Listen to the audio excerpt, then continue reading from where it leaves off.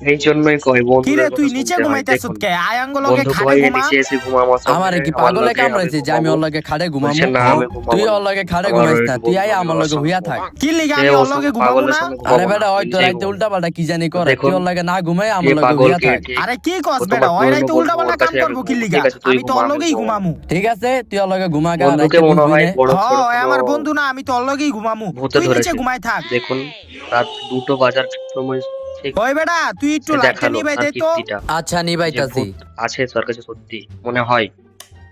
লাইটটা বন্ধ করে দিল, লাইট বন্ধ করতে বললো ভাইজান। তারপর দেখুন ঘড়িতে বাজছে এখন 2টো। কিরে কি এর আওয়াজ আরে হইতাছে? চিল্লাছি খাড়া কে? একটু লাইটটা একটু জ্বালাই দেখি তো দিই। লাইটটা অন করে। তো লাইট অন করতে দেখে যে দেখুন ভূতের কাণ্ড কারখানা শুরু হয়ে গেছে। এটা কঠিন ভূত ভাই, বড় লেভেলের ভূত। কমেন্টে জানাও কোন ভূত, ভূতের নাম তোরে যদি বেটা জানো আগেই তাহলে কইছিলাম জানিও। ওর লগে ঘুমাইস না, দেখ সবাই কি করে।